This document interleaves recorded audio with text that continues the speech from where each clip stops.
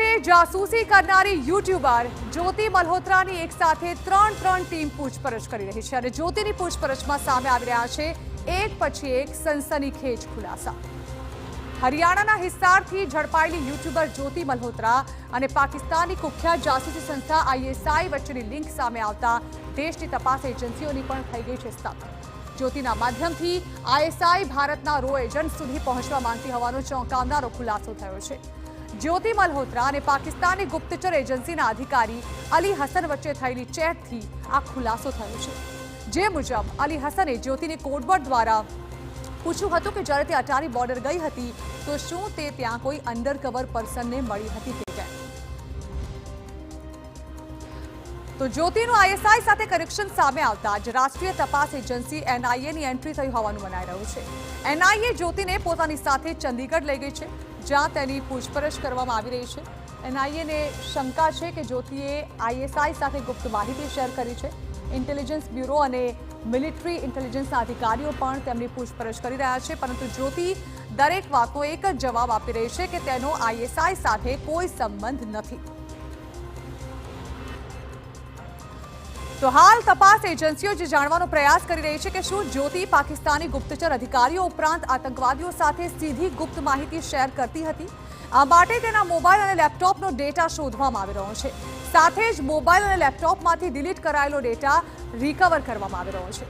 તો બીજી તરફ જ્યોતિના પિતા તેમની પુત્રીના કારનામાઓથી અજાણ હોવાનું રટણ કરી રહ્યા છે। मेरे को नहीं पता जी चीज का, मेरे को तो कह के जाकर दिल्ली जा रही हूँ। दिल्ली जा रही है?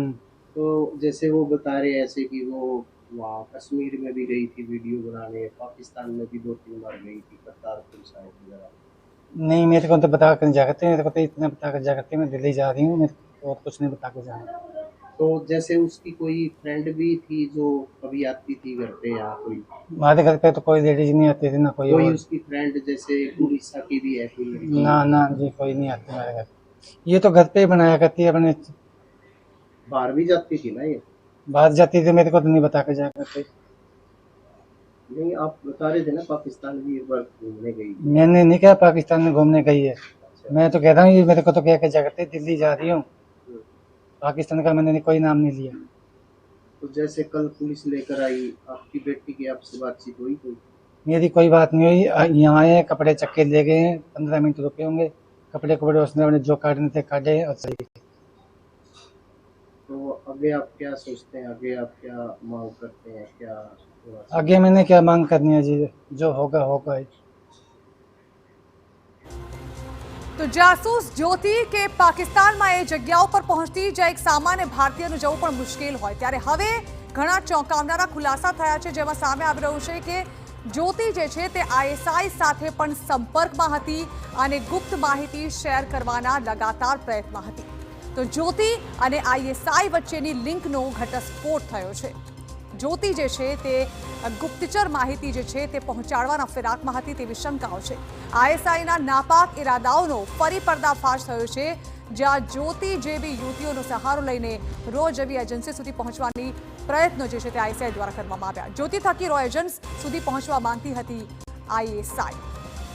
જે તસવીરો સામે આવી છે, જે ચેનલ પર પોતાના મૂક્યું છે જ્યોતિએ, જે પાકિસ્તાનના ખૂણા પર જતી હતી, ત્યારે હવે શંકા છે જે જ્યોતિ અને આઈએસઆઈ જે છે તેની કોઈ મિલીભગત હતી, કારણ કે અધિકારી અલી હસનની ચેટમાં પણ જ્યોતિ આઈએસઆઈના સંપર્કમાં હોવાનો ખુલાસો થયો છે।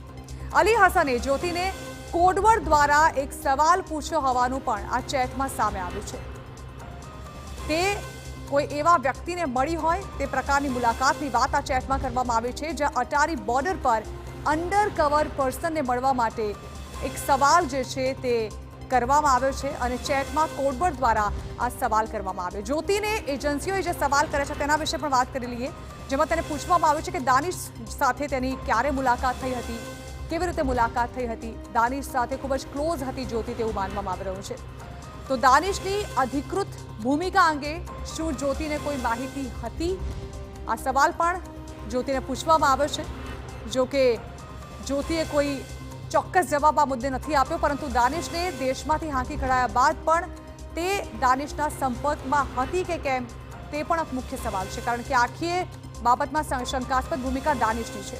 પાકિસ્તાનની બીજી મુલાકાત બાદ દાનિશ સાથે તેના કેવા સંબંધો હતા? લગાતાર તે દાનિશના સંપર્કમાં હતી. મોબાઈલ ચેટ અને ફોન કોલ્સ આધારે પણ તે ખબર પડી છે. સાથે જ કયા કયા પ્લેટફોર્મના માધ્યમ થકી તે દાનિશના સંપર્કમાં હતી, કારણ કે દાનિશનો જે નંબર છે તે પણ તેણે સ્વાભાવિક છે કે અલગ નામથી સેવ કર્યો હતો અને તે અલગ અલગ પ્લેટફોર્મના માધ્યમથી પણ તેના સંપર્કમાં હોઈ શકે છે.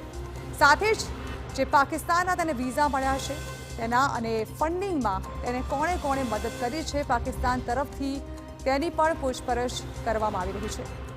સાથે જ કોના કહેવાથી તેણે પાકિસ્તાનને સમર્થન આપતા વિડીયો પોસ્ટ કર્યા છે તે પણ એક મોટો સવાલ છે. તેણે પોતાની યુટ્યુબ ચેનલ પર જે વિડીયો પોસ્ટ કર્યા હતા તે પાકિસ્તાનના સમર્થનમાં હતા. અને સાથે જ પાકિસ્તાન ઉપરાંત અન્ય કયા દેશો માટે તેને મદદ મળી છે તેવો પણ સવાલ કરવામાં આવ્યો છે, કારણ કે તે ચીનની મુલાકાતે પણ ગઈ હતી અને ચીનના કેટલાક લોકો સાથે પણ સંપર્કમાં હોવાનું માનવામાં આવી રહ્યું છે.